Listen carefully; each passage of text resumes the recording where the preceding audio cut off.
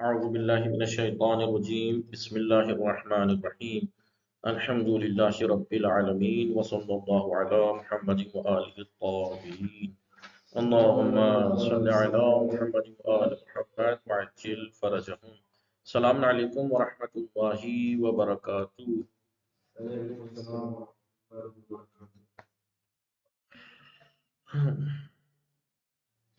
ہماری گفتگو چل رہی تھی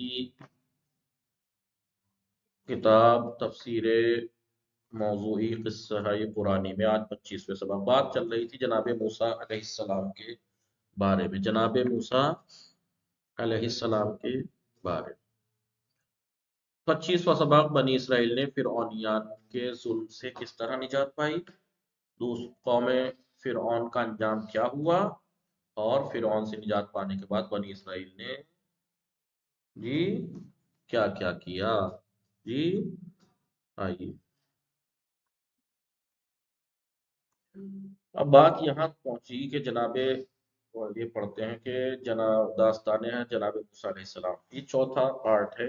پچھلے کچھ درس سے جناب موسیٰ علیہ السلام کے جو 3 درس میں بیان کیا گیا تھا۔ آئیے سرزمین مصر اور فرعون کی حکومت میں، مصر اور فرعون کی حکومت میں بنی اسرائیل کی زندگی مصائب اور مشکلات سے گزر کر، آپ جانتے ہیں کہ جب کتنا بنی اسرائیل کے اوپر ظلم و تشدد، ٹھیک ہے، ان کے مردوں کو قتل کر دیا جاتا تھا، عورتوں کو کنیز بنا لیا جاتا، اس سے گزر کر عذاب کی شکل اختیار کر چکی تھی۔ اتنا ظلم و ستم اور مصائب و مشکلات سے اب آگے بڑھ گئی تھی بات، اب ان کے اوپر عذاب سا ہو گیا تھا۔ اسی لیے اعلان رسالت کے بعد فرعون سے جناب موسیٰ علیہ السلام کی جو پہلی مانگ تھی وہ یہی تھی کہ بنی اسرائیل کو مشکلات سے نجات دے، انہیں میرے ساتھ بھیج دے۔ یہی تھا نا، جب جناب موسیٰ اور ہارون آئے تھے فرعون کے دربار میں، جب وہاں سے آنے کے بعد تو یہی کہا تھا، جب جو خدا کا حکم آتا کہ جاؤ ان سے ہدایت کرو، تو یہی کہا تھا کہ تجھے میں خدا کی طرف دعوت دینے آئے ہیں، تیرے خدا کی طرف، اور انہیں ہمارے ساتھ بھیج دے۔ سرزمین مصر سے ان کے چلے جانے کے مقدمات فراہم کریں بنی اسرائیل کے، ٹھیک ہے، اور سورہ طٰہٰ میں، جیسا کہ سورہ طٰہٰ میں ارشاد ہوتا ہے، سورہ طٰہٰ میں ارشاد ہوتا ہے، اعوذ باللہ من الشیطان الرجیم بسم اللہ الرحمن الرحیم فارسل معنا بنی اسرائیل، یہی جملہ تھا نا، بنی اسرائیل کو ہمارے ساتھ روانہ کر دیں۔ لیکن جیسا کہ تاریخی شواہد، قرینے، گواہی، دلیلیں اور قرآنی آیات کے ظواہر سے پتہ چلتا ہے کہ قوم فرعون بنی اسرائیل کے مصر سے چلے جانے سے راضی نہیں تھے، نہیں جانے دینا چاہ رہا تھا، کیونکہ انہوں نے پست اور محنت والے کام انہی کو سونپ رکھے تھے، ان کے ساتھ غلاموں جیسا سلوک کرتے تھے، گھروں میں خدمت، کھیتی باڑی اور محلوں سے محلوں کے بنانے کا کام بنی اسرائیل کے مردوں اور عورتوں سے لیتے تھے، سارا کام انہی سے بنی اسرائیل والوں سے لیتے تھے، نیچے کام سارے پست کام، ٹھیک، مردوں، اور اس کے عوض انہیں کیا کرتے تھے، مناسب مزدوری دینے کے بجائے پریشان کرتے، اذیت پہنچاتے تھے۔ جناب موسیٰ علیہ السلام کے مبعوث ہونے کے بعد، بھیجے جانے کے بعد بھی حالات یہی رہے، جب آپ نبی بنائے گئے تو اس کے باوجود بھی، جب نبی کا نبوت کا اعلان کر دیا اس کے بعد بھی حالات یہی رہے، جیسا کہ سورہ اعراف میں بنی اسرائیل کی زبانی نقوہ کہ بنی اسرائیل کیا کہہ رہے ہیں، اعوذ باللہ من الشیطان الرجیم، قالوا، انہوں نے کہا، اوذینا من قبل ان تأتینا ومن بعد ما جئتنا، جی قوم موسیٰ نے کیا کہا، ہم تمہارے آنے سے پہلے بھی ستائے گئے اور تمہارے آنے کے بعد بھی ستائے گئے۔ تو موسیٰ علیہ السلام نے کیا کہا، جواب دیا، قال عسیٰ ربکم ان یہلک عدوکم، ٹھیک ہے، کہ ان قریب تمہارا پروردگار تمہارے دشمن کو ہلاک کر دے گا، وَيَسْتَخْلِفَكُمْ فِي الْأَرْضِ، اور تمہیں زمین پر خلیفہ جانشین بنا دے گا اس کا، ٹھیک ہے، فَلْيَنْظُرْ كَيْفَ تَعْمَلُونَ، اور پھر دیکھے گا کہ تمہارا طرز عمل کیسا ہے، پھر اللہ دیکھے گا تم کیسے ہو۔ بنی اسرائیل سے جناب موسیٰ علیہ السلام کے وعدے کے بعد وعدہ کیا انہوں نے ایسا ہوگا، فرعونیان کے ہلاک ہونے کی علامتیں پے در پے ظاہر ہونے لگی، وہ قحط، آندھی، طوفان، ٹڈیوں کے حملے، ٹڈی جانتے ہو کیڑے کو، ٹڈی کھیتوں پہ، ہاں، ان کا حملہ، اور اس طرح کے دوسرے عذاب الہی کا شکار ہونے لگے۔ اس وقت انہوں نے حضرت موسیٰ علیہ السلام سے درخواست بھی کی کہ اگر ان سے عذاب ہٹا لیا جائے تو وہ ایمان لے آئیں گے اور بنی اسرائیل کو مصر سے جانے کی اجازت دے دیں گے، جیسا کہ سورہ اعراف کی بعد والی آیتوں میں ارشاد ہوتا ہے کہ کس نے، فرعونی لوگوں نے جب دیکھا کہ بار بار یہ مصیبتیں آ رہی ہیں، اب ہمارے اوپر عذاب سے آنے لگے ہیں، تو کہا کہ ہمیں ان سے نجات دلا دو، ہم ایمان لے آئیں گے۔ وَلَمَّا وَقَعَ عَلَيْهِمُ الرَّجْزُ، جب ان کے اوپر عذاب نازل ہو گیا تو قالو، تو انہوں نے کہا یا موسیٰ ادع لنا ربک، اپنے رب سے دعا کرو کہ بما عہد عندک، کیونکہ جس بات کا اس نے تم سے وعدہ کیا ہے، لئن کشفت عنا الرجز، اگر یہ عذاب ہم سے ہٹا لیا جائے گا، لنؤمنن لک، اور ہم تم پر ایمان لے آئیں گے، وَلَنُرْسِلَنَّ مَعَكَ بَنِي اسرائیل، اور ہم بنی اسرائیل کو تمہارے ساتھ بھیج دیں گے، روانہ بھی کر دیں گے۔ لیکن جب عذاب خدا برطرف ہو گیا تو فرعونیوں نے شکنی کی، وعدہ وہ توڑ دیا، ظلم و زیادتی، طغیان اور سرکشی اور آزار و اذیت جاری رکھا۔ ادھر رفتہ رفتہ بنی اسرائیل نے حضرت موسیٰ علیہ السلام کی قیادت میں فرعونیوں کے خلاف احتجاج شروع کر دیے اور حکومت کے لیے خطرہ بننے لگے، یہاں تک کہ حضرت موسیٰ علیہ السلام کو وحی ہوئی کہ بنی اسرائیل کے ساتھ وہاں سے کوچ کر جائے، نکل جائے۔ بسم اللہ الرحمن الرحیم، وَأَوْحَيْنَا إِلَىٰ مُوسَىٰ، ہم نے موسیٰ کو وحی کی، ان اسر بعبادی، میرے بندوں کے ساتھ، اسر رات میں نکلا، اس اسر جو کس لیے آتا ہے، اسر رات میں سیر کر نکلنے کے لیے، انکم متبع، کیا کہا، اور ہم نے موسیٰ علیہ السلام کی طرف وحی کی کہ میرے بندوں کو لے کر رات تو رات نکل جاؤ کہ تمہارا پیچھا کیا جانے والا ہے۔ ایک طرف سرزمین مصر میں بنی اسرائیل کا رہنا فرعونیوں کے لیے خطرے سے خالی نہیں تھا، بھائی بنی اسرائیل اگر وہاں رہتے تو فرعونیوں کے لیے خطرہ تھا، لیکن دوسری طرف ان کے چلے جانے سے فرعونیوں کی کتنی بربادی ہوتی، کھیتی باڑی، عمارتوں کی تعمیر اور دوسرے اس طرح کے کام ٹھپ ہو جا رہے تھے۔ اسی وجہ سے جیسے ہی فرعونیوں کو یہ خبر ملی کہ راتوں رات بنی اسرائیل چلے گئے ہیں، صبح ہوتے ہی انہوں نے ان کا پیچھا کیا، دریائے نیل کے قریب جی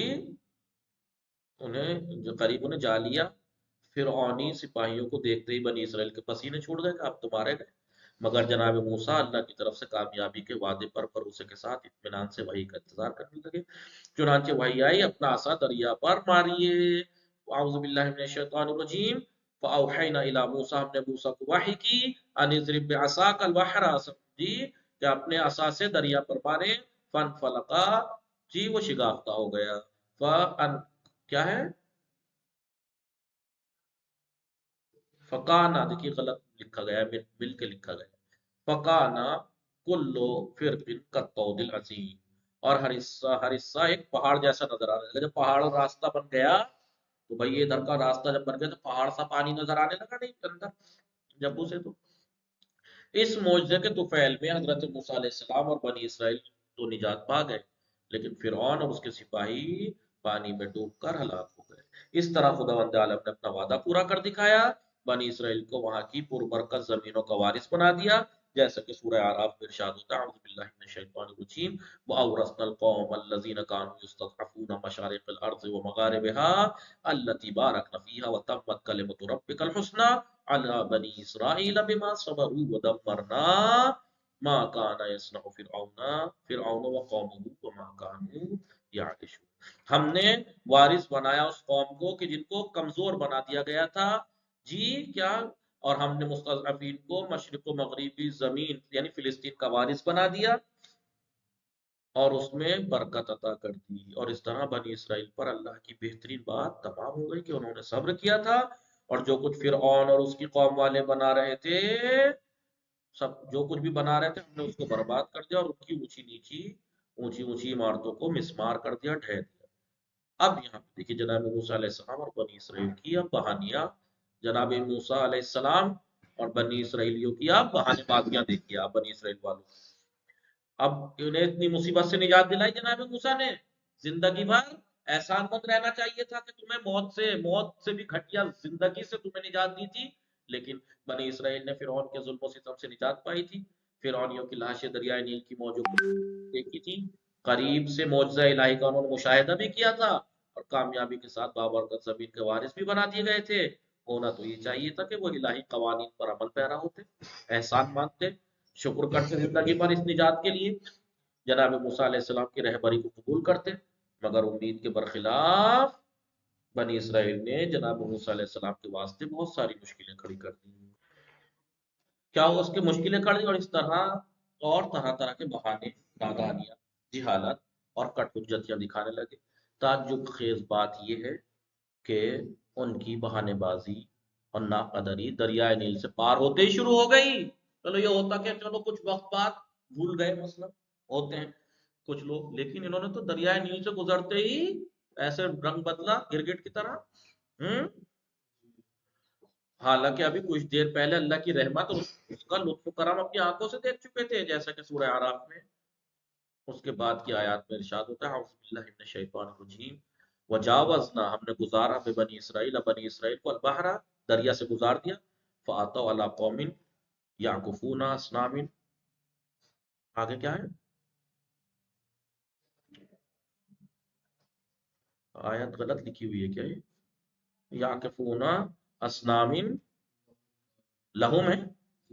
اس میں لہم ہے، اس میں نہم کیوں ہے؟ ہاں لہم اصنام لہم قالوا یا موسیٰ اجعل لنا الہا کما لہم آلہۃ۔ دیکھیے کیا حرکت کی، جب ہم نے ان کو بنی اسرائیل کو دریا سے گزار دیا، فَأَتَوْا عَلَىٰ قَوْمٍ، تو ایک قوم کے پاس آئے، ایک قبیلے کے پاس سے گزرے، ایک قوم کے پاس پہنچے تو جو یعکفون جمع ہوئے ہوئے تھے، وہ اپنے بتوں کی طرف اطراف میں جمع ہوئے ہوئے عبادتیں کر رہے تھے، مجمع لگائے بیٹھے تھے۔ تو کیا کہا انہوں نے بے غیرتوں نے بنی اسرائیل نے؟ قالوا یا موسیٰ، کہا انہوں نے، کہا اے موسیٰ اجعل لنا الہا، ہمارے لیے بھی ایسا خدا بنا دو جیسے ان کے لیے، یعنی ہمارے لیے بھی کوئی بت بنا دو۔ قال انکم قوم تجہلون، تو انہوں نے، تو کیا ہوا، تو انہوں نے کہا تم لوگ بالکل جاہل ہو۔ ٹھیک ہے، بنی اسرائیل کے درمیان مادیت پرستی اس وقت اپنے کمال کو پہنچی جب جناب موسیٰ علیہ السلام اپنی قوم کی ہدایت کے خاطر الہی قوانین، لوح محفوظ لینے کے لیے اور آسمانی تختیاں لینے کے لیے 40 دن کے واسطے کوہ طور پر چلے گئے۔ یاد ہے نا، قرآن میں ایک آیت بھی ہے جو نماز ذیلحج 10 دن نماز 2 رکعت نماز پڑھتے ہیں، اس میں دعا پڑھتے ہیں نا، کیا ہے، وَوَعَدْنَا مُوسَىٰ 30 لَيْلَةً وَأَتْمَمْنَاهُ بِعَشْرٍ فَتَمَّ مِيقَاتُ رَبِّهِ 40 لَيْلَةً، 30 راتوں کا وعدہ کر کے بلایا تھا، لیکن 10 راتیں پھر ایکسٹرا کی، کل ملا کے 40 راتیں ہوئی۔ ٹھیک ہے، تو ان دنوں میں انہوں نے کیا کیا، سامری نے بنی اسرائیل کو دھوکہ دے کر زر و جواہرات اور زیورات ان سے اینٹھ لیے سارے، اور اس سے ایک گوشالہ بنایا، بچڑا، جس میں سے ہوا کے ہر جھونکے پر گائے کی آواز نکلتی تھی۔ بنی اسرائیل، ٹھیک ہے، اب کیا ہوا، بنی اسرائیل اس بچڑے کو پوجنے لگے، حالانکہ وہ بچڑا نہ ان سے کچھ بات کر سکتا تھا، نہ انہیں ہدایت دے سکتا تھا۔ کوہ طور سے واپسی پر جناب موسیٰ علیہ السلام نے جب یہ حالت دیکھی تو آپ سخت برہم ہوئے، سامری کو برا بھلا کہہ کر گوشالہ توڑ پھوڑ دیا۔ بنی اسرائیل بھی اپنی اس حرکت پر شرمندہ ہوئے، اللہ کی بارگاہ میں توبہ کی، مگر کچھ دن بعد ہی پھر انہوں نے دوسری حرکت سوچی اور جناب موسیٰ علیہ السلام سے کہنے لگے کہ خدا کو دیکھنا چاہتے ہیں۔ آئے دن کچھ نہ کچھ کھڑا کر دیتے تھے یہاں، جیسا کہ سورہ بقرہ میں ارشاد ہوتا ہے بسم اعوذ باللہ من الشیطان الرجیم وَإِذْ قُلْتُمْ يَا مُوسَىٰ، اور یاد کرو اس وقت کو جب تم نے موسیٰ سے کہا لن نؤمن لک، ہم تمہارے پر ایمان نہیں لائیں گے، کب تک، حتی نری اللہ جہرا، جب تک ہم خدا کو کھلم کھلا نہ دیکھ لیں۔ ان کی بعض حرکتوں کی وجہ سے خدا انہیں عذاب کا شکار بھی بناتا رہا، ساتھ ہی اپنی نعمتوں اور رحمتوں سے بھی نوازتا رہا، تاکہ وہ لوگ خواب غفلت سے بیدار ہو کر پروردگار کا شکریہ ادا کرنے لگے، جیسا کہ گزشتہ آیات کے بعد اب یہ ارشاد ہوتا ہے اعوذ باللہ من الشیطان الرجیم فاخذتکم الصاعقۃ وانتم تنظرون، جس کے بعد بجلی نے تم کو لے ڈالا، تم دیکھتے ہی رہ گئے، ثم بعثناکم بعد موتکم، ٹھیک ہے، اور پھر ہم نے تمہیں موت کے بعد زندہ کر دیا، لعلکم تشکرون، کہ شاید تم اب شکر گزار بن جاؤ،